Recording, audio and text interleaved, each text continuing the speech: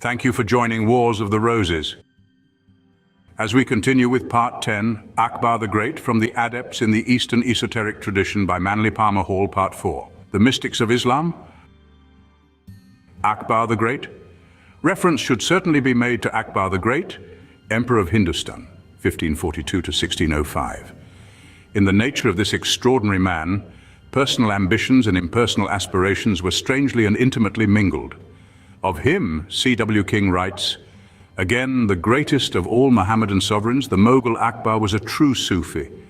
Equally so was his prime minister and historian, Abul Farez. It would be difficult to find in a modern Christian prayer book, much less in anyone composed in his age, an address to the Deity so sublime, so consonant with our present notions, as the invocation opening his Ayeen-Akbari. In all such outpourings of Oriental adoration, no allusion whatever to their special lawgiver is to be detected, nothing to betray any distinctive sectarian prejudice. The reader, if unacquainted with the history of the author, would admire but know not what creed to adjudge the composition. To his brilliant court, Akbar invited representatives of many faiths, requiring of them mutual respect while in his presence. He was considerably influenced by Jesuit fathers, and it was thought for a time that he intended to embrace Christianity.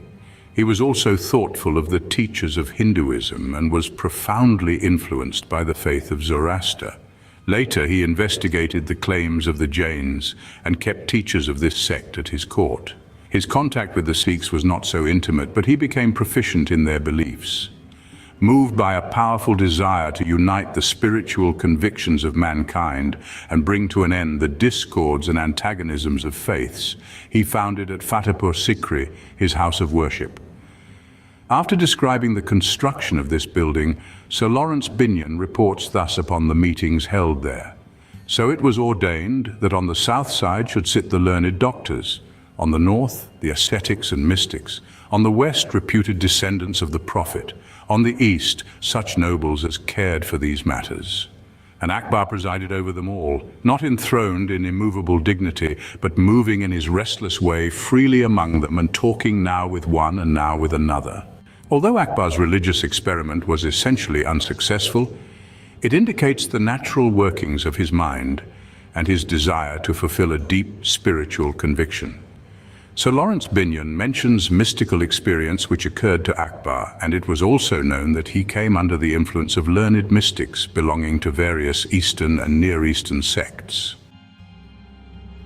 Thank you for watching, and please don't forget to share, like, subscribe and comment, and if you can please consider donating to Wars of the Roses. Links to PayPal and Patreon are in the description. Thank you so very much.